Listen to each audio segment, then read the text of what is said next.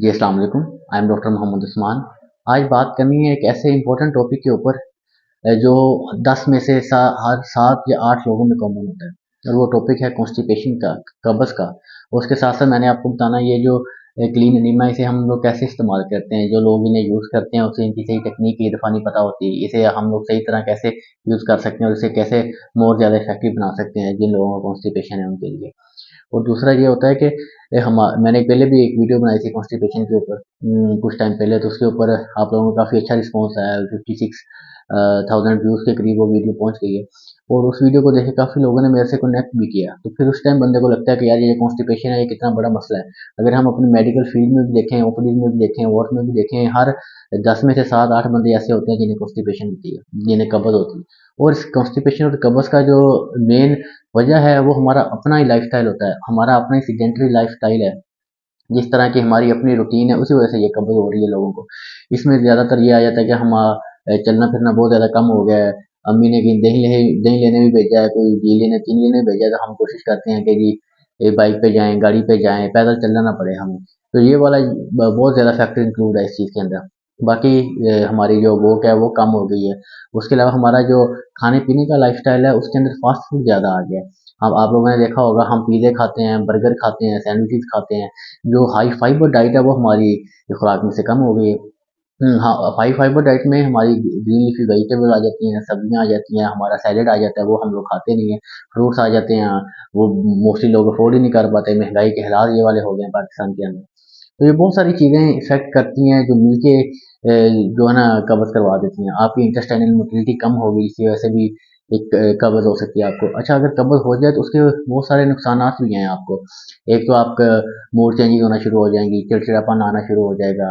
आप हफ्ते में 1 दफ़ा वॉशरूम जाएँगे या 2 दफ़ा वॉशरूम जाएँगे, तो बहुत आपकी जो फ्रीक्वेंसी है वॉशरूम जाने की कम हो जाएगी, पेट में स्वेलिंग आना शुरू हो जाएगी। वैसे जो होता है ना वो टाइम होता है, जैसे हमारा सोने का एक टाइम होता है। रात को हम 8-10 बजे नींद आना शुरू हो जाती है, बंदा सोता है, एक साइकिल होता है बॉडी का। इसे सर्काडियन रिदम्स कहते हैं हम अपनी मेडिकल टर्मिनोलॉजी के अंदर। इसी तरह हमारे जो बाउल हैबिट्स हैं, जो हमने वॉशरूम जाना होता है, इसका भी एक टाइम होता है। ये भी हमारा एक साइकिल होता है, जिस टाइम पे आप लोग हर रोज़ आते होंगे, नेक्स्ट डे भी उसी टाइम आपको हाजत होगी। लेकिन अगर आपको मसला होगा तो ये वाला आपका जो सर्काडियन रिदम है ये डिस्टर्ब हो जाएगा, आपको उस दिन हाजत नहीं हो पाएगी। तो ये एक आप नए मसले के अंदर पड़ जाएँगे। तो इसलिए एक तो ये कि आपने ये जो रूटीन है ना ये मेंटेन रखनी होती है। जिस दिन आपको जिस टाइम पे आपको हाजत होती है ना उसी टाइम पे आपने जाना। ये नहीं आप कंट्रोल कर लें जी, आपको हाजत सुबह टाइम की, आप कंट्रोल करके दोपहर को 2 बजे 4 बजे जा रहे हो। तो इस तरह आपका जो साइकिल है वो डिस्टर्ब हो जाता है। ये आप अपने साथ ही ये मसला कर रहे होते हैं।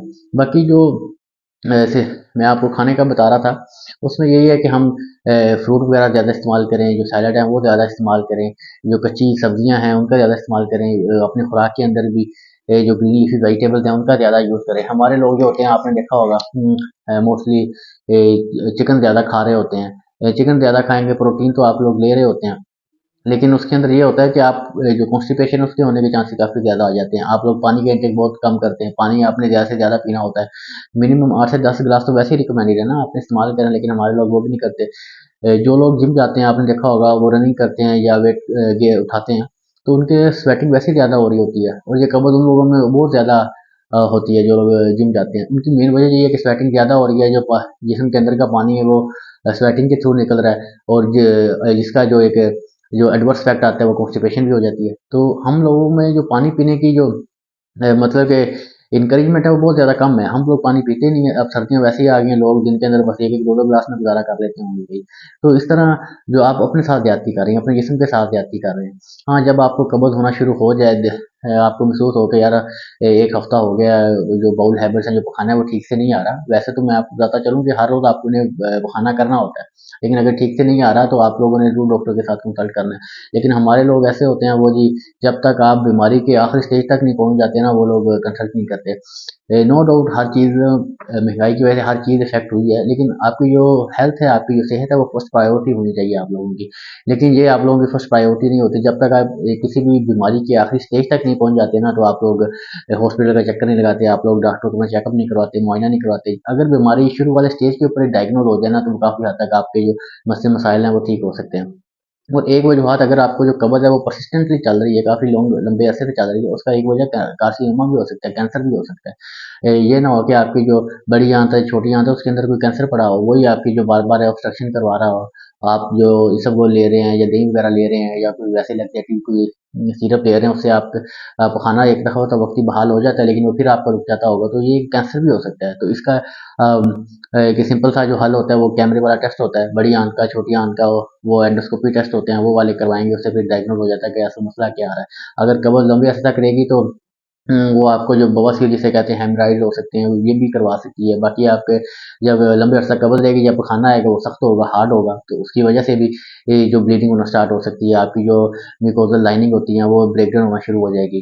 तो ये बहुत सारे एडवर्स इफेक्ट होते हैं जो कब्ज की वजह से हो रहे होते हैं। आप लोग ज़्यादातर ये, अगर किसी को कब्ज है तो वो इसबगोल भी यूज़ कर सकता है, दही भी यूज़ कर सकता है, इससे काफ़ी हद तक ये जो चीज़ है वो बेहतर हो जाती है। बाकी अपनी जो मोबिलिटी है वो वाक ज़्यादा से ज़्यादा अपनी डेली रूटीन के अंदर इंक्लूड करनी है आप लोगों ने। बाकी जो लैक्सेटिव्स आते हैं, वो जो एंटी कॉन्स्टिपेशन के लिए सिरप्स आते हैं, वो हम लोग देते हैं। उससे वक्ती तौर पे तो फ़ायदा हो जाता है, लेकिन अगर आप लोग अपना जो सेडेंटरी लाइफ़स्टाइल है उसे नहीं बेहतर करेंगे तो परमानेंटली उससे कोई फ़ायदा नहीं होने वाला। अच्छा, एट द एंड स्टेज के ऊपर में जब कब्ज़ बिल्कुल नहीं ठीक हो रही, तो फिर हम ये जो क्लीन एनीमा होते हैं ना, ये देते हैं। अब कई लोगों को ये भी नहीं पता होता क्लीन एनीमा का यूज़ कैसे करें, तो इसीलिए मैं आज बताना चाहता हूँ कि ये वाला जो क्लीन एनीमा ना कैसे यूज़ करते हैं। तो सबसे पहले तो ये क्लीन एनीमा वाली बोतल होती है, तो इसे हम लोग ओपन करेंगे। ओपन करेंगे तो इसमें से ये वाली एक ये बोतल निकलती है, ये वाली। इस वाली बोतल को जी हमने ये वाला जो ढक्कन ऊपर स्टिकर लगा होता है ना, इसे वैसे ही खोल देना, हमने साइड पे कर देना। उसके बाद एक ये वाली एक नोजल लगी होती है, इसे हम ओपन कर लेंगे। ये देखें, ये वाली नोजल ओपन हो जाएगी। इसके अंदर ये वाली नोजल लगी हुई है। इसके बाद ये वाला जो ऊपर वाला है ना, इसे हम उतार देंगे। और यहाँ के ऊपर ना एक लगा होता है, माउथ पीस लगा होता है। यहाँ पे ना एक पीस लगा होता है, उसे हमने उतार देना है। ये देखें, इसे हम उतारेंगे। जो ये उतारी, ये ऐसा ना वॉल के तौर पे एक्ट करता है कि जो इसके अंदर जो मटेरियल है ना उसे नीचे गिरने नहीं देता, जो फ्लूइड है ना इसके अंदर उसे नीचे गिरने नहीं देता। इसे साइड पे रख दिया। ये वाला जो माउथ पीस कह लें, जो कैप होती है वो लगी होती है, साइड पे रख दिया हमने। फिर उसके बाद ये वाली चीज़ ऊपर दोबारा फिक्स कर देनी है हमने। तो ये वाला जो ऊपर वाला कैप होता है इसे यूज नहीं करना, ये वाला जो इसे यहाँ पे लगा देना, क्योंकि ये वाला कैप यहाँ पे आता है। ये जब हम पैकिंग से निकालते हैं उस टाइम ये वाला होता है, इसे निकाल देना है। फिर ये वाला लगा होगा, वो हमने वॉल पहले निकाल दिया है। फिर जो भी पेशेंट होगा ना, इसके ऊपर एक बेसिकली इंस्ट्रक्शन भी लिखी होती है। अगर आप इंग्लिश में पढ़ना चाहते हैं, इंग्लिश में भी लिखा हुआ है, उर्दू में पढ़ना चाहते हैं तो उर्दू में भी लिखा हुआ है। इसकी जो पोजीशन है ना वो बहुत ज़्यादा मैटर करती है कि क्लीन एनेमिया में जब देना है तो उसकी पोजीशन क्या होनी चाहिए। कि उसकी पोजीशन ये होनी चाहिए, लेफ्ट लेटरल साइड पे होनी चाहिए, कि जो आपकी जो बाईं साइड है उस साइड पे करवट ली होनी चाहिए, और जो दाएं साइड का आपका जो घुटना है ना वो आपके पेट के साथ लगा होना चाहिए। तो ये आप यहाँ पे भी आपको नज़र भी आ रहा होगा, ये वाली जो पोजीशन है, ये वाली पोजीशन शायद आपको नज़र भी आ रही है, वरना मैं एक इमेज भी डाल दूंगी। ये वाली पोजीशन होनी चाहिए, वरना जो सजदे वाली पोजीशन होती है, जिस तरह हम सजदा कर रहे होते हैं नमाज के दौरान, उस तरह की पोजीशन होनी चाहिए। इस तरह की पोजीशन होगी तो ही जो आपका ये वाला जो फ्लूइड है इसके अंदर, वो आपका जो इंटेस्टाइन है, जो रेक्टम है, उसके अंदर सही तरह जा सकेगा, फिर ही अपना काम सही तरह कर सकेगा। वो इसके अंदर बेसिकली होता भी सोडियम फॉस्फेट है, और बाईफेजिक सोडियम फॉस्फेट होता है। अच्छा, ये जो इसे इंजेक्ट कैसे करना है, आपने जो आपकी रेक्टम है, जो आपका पखाने वाली जगह, जो पखाने वाला सराख है, उसके अंदर ये वाली जो नोजल है इसे डाल देना है, और डाल के आने के बाद ये प्रेस करना है। आप लोग ये देखें, प्रेस करेंगे तो इसमें से इसे डालने के बाद प्रेस करना है। प्रेस करेंगे तो मैं, चलो अभी जो फ्लूइड है मैं इसी के अंदर डाल देता हूँ, थोड़ा सा आपको पता चल जाएगा प्रेस करने के बाद फ्लूइड आएगा।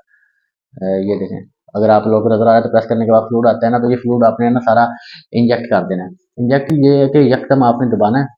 जब दबाएंगे तो फ्लूइड सारा जो रेक्टम है उसके अंदर चला जाएगा। इसमें से थोड़ा सा फ्लूइड बच भी जाएगा, 15 ml या 20 ml फ्लूइड बच भी जाएगा, तो उससे आपने नहीं घबराना, उतना इसके अंदर वैसे ही बच जाता होता है। और फिर आपने उसी पोजीशन के अंदर रहना है, आपने पोजीशन अपनी चेंज नहीं करनी। आपने 2 से 5 मिनट का टाइम होता है इसका, 2 से 5 मिनट तक आपने उसी पोजीशन के अंदर रहना है। और फिर आपकी जो ये जो फ्लूइड है ना, इंटेस्टाइनल मोबिलिटी को इंक्रीज कर देगा, जिसकी वजह से जो आपको पखाने की हाजत हो जाएगी। जब आपको पखाने की हाजत होगी तो फिर आपने पखाना कर लेना है। ये इसका एक सही वाला तरीका है, किस तरह इसे हमने यूज़ करना होता है। तो ये चीज़ बहुत ज़्यादा इंपॉर्टेंट है।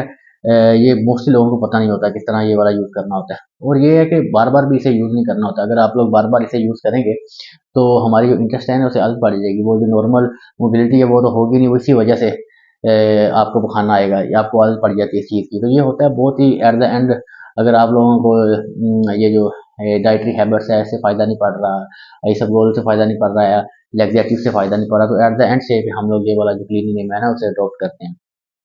अच्छा, ये तो आप लोगों को मैंने तरीका भी बता दिया किस तरह यूज़ करना है। अच्छा, अगर फिर भी कोई मसला आता है ना, आपको कॉन्स्टिपेशन भी है और उल्टियाँ भी हो रही हैं, तो एक ऑब्स्ट्रक्शन भी हो सकती है। तो वो एक सर्जिकल साइड पे चला जाता है केस। तो ऑब्स्ट्रक्शन होने का ये मकसद होता है कि आपकी जो बड़ी आँत या छोटी आँत है ना, उसके अंदर किसी जगह से या तो वो बंद है या कोई गिरा आ गई या नोट आ गई है। तो इस वजह से भी आपको कॉन्स्टिपेशन हो सकती है। वो कॉन्स्टिपेशन पेनफुल भी होगी, उस कॉन्स्टिपेशन के अंदर आपको उल्टियाँ भी बार-बार जो भी खाएँगे वो उल्टी से बाहर निकलता जाएगा।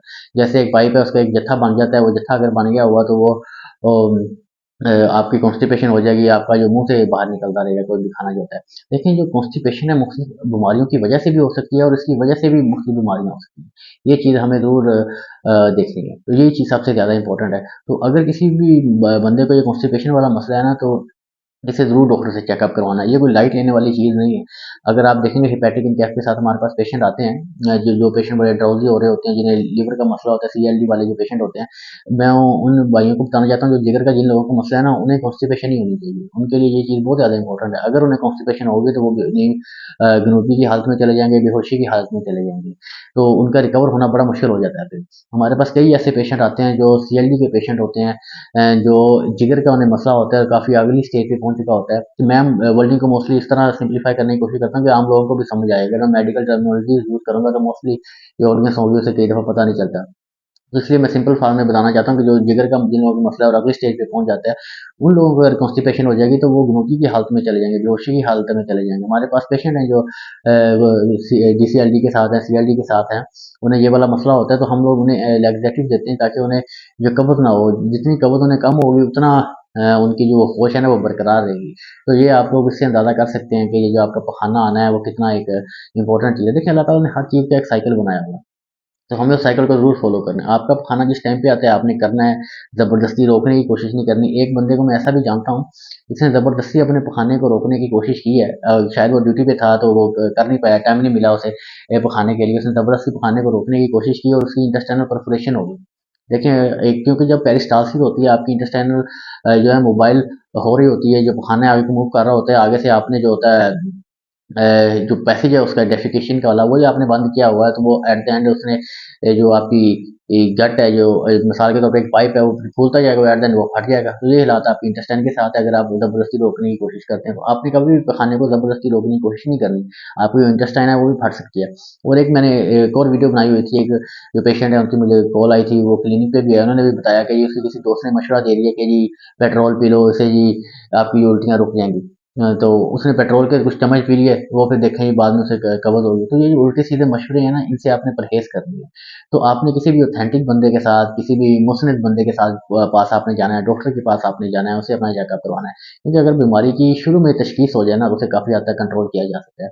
तो ये चीज़ इम्पोर्टेंट है हमारे लिए भी और आपके लिए भी। अपनी सेहत के ऊपर भी कुछ ना कुछ पैसे खर्च करते रहने चाहिए आप लोगों को, क्योंकि इसका ये फ़ायदा होगा ना, आप किसी भी बड़े मसले से जाने से पहले ही आप डायग्नोज हो जाएंगे, उसका ट्रीटमेंट करना भी आसान होता है। तो ये चीज़ थी जो मुझे आप लोगों के साथ शेयर करनी थी।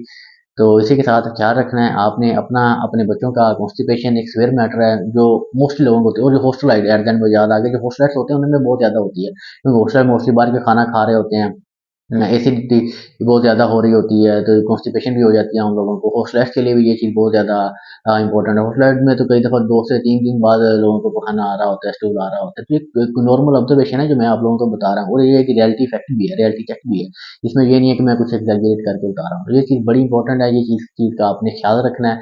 अपनी जो डाइट है वो आपने हेल्दी डाइट के अंदर लेके आनी है, हेल्दी फ्रूट, हेल्दी वेजिटेबल अपनी डाइट के अंदर इंक्लूड करनी है, वॉक को ज़रूर अपनी डाइट के अंदर इंक्लूड करना है। ये वो चीज़ें जिससे आप लोग बेहतरी की तरफ जा सकते हैं। और एट द एंड फिर ये आता है, अगर इससे भी काम ना होना फिर ऑपरेशन भी हो जाता है बंदे का। तो आप लोगों को चाहिए कि अपनी जो हैबिट्स हैं उसे कंट्रोल करें, तो आपकी जो ज़िंदगी है वो काफ़ी हद तक आसान हो जाएगी।